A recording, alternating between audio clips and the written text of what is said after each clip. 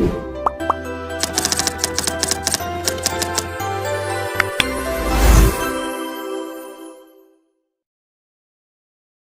semuanya, selamat datang. Hari ini kita mau ngobrolin soal sesuatu yang dekat banget sama kita semua, yaitu nasionalisme.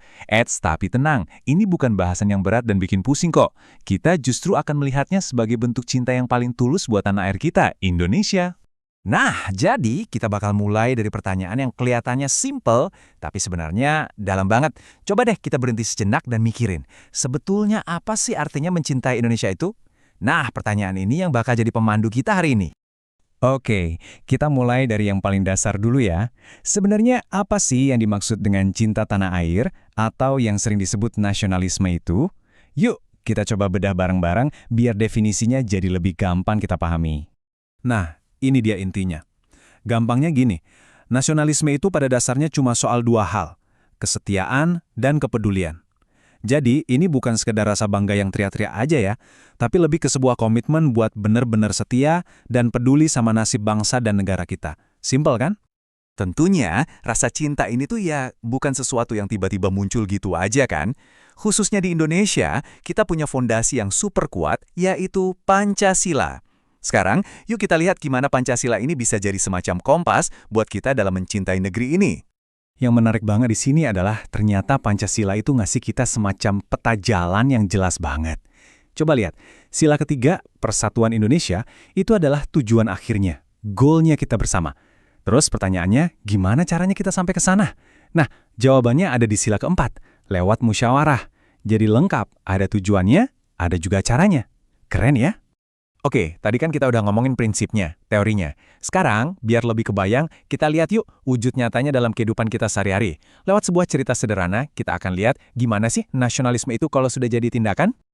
Kenalin, ini Sinta. Sinta ini ya sama seperti kita semua, warga negara Indonesia biasa. Dia bukan pahlawan super atau pejabat penting, tapi apa yang dia lakukan itu punya makna yang besar. Jadi, apa sih yang Sinta lakukan? Pertama, hal yang simpel banget. Tiap kali dia belanja, Sinta itu sengaja loh milih buat beli produk-produk buatan dalam negeri. Kelihatannya sepele ya, tapi ini bentuk kepedulian yang langsung membantu ekonomi bangsa kita sendiri.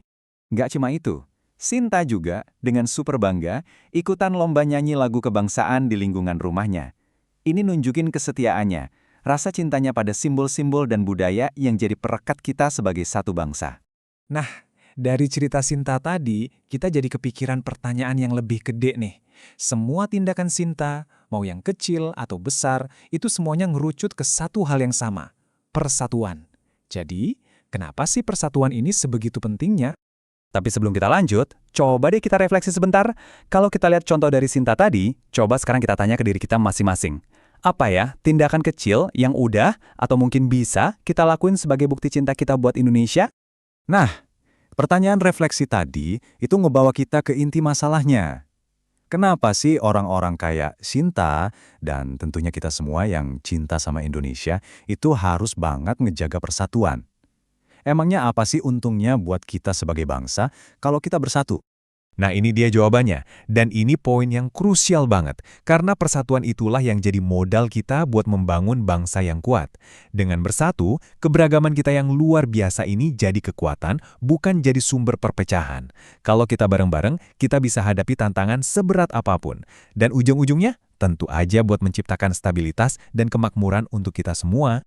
Sebagai penutup, kita akan merenungkan sebuah pesan yang dalam dan abadi dari salah satu bapak bangsa kita yang paling kita hormati. Percaya deh, pemikiran beliau tentang cinta tanah air ini masih relevan banget sampai detik ini. Cinta terhadap tanah air bukan sekedar pekikan di alun-alun, melainkan karya nyata yang membangun jiwa dan raga bangsa. Wah, ini benar-benar nangkep semua yang kita obrolin dari tadi ya, bahwa cinta sejati itu soal tindakan, soal karya nyata, bukan sekedar kata-kata atau slogan semata. Dan kita sampai di akhir dengan satu pertanyaan terakhir untuk kita bawa pulang dan renungkan. Coba pikirin deh, bagaimana tindakan kecilmu hari ini, sekecil apapun itu, bisa ikut membantu membangun Indonesia yang lebih kuat di hari esok. Karena setiap tindakan kecil itu, seperti yang Sinta lakukan, adalah batu bata yang menyusun masa depan bangsa kita.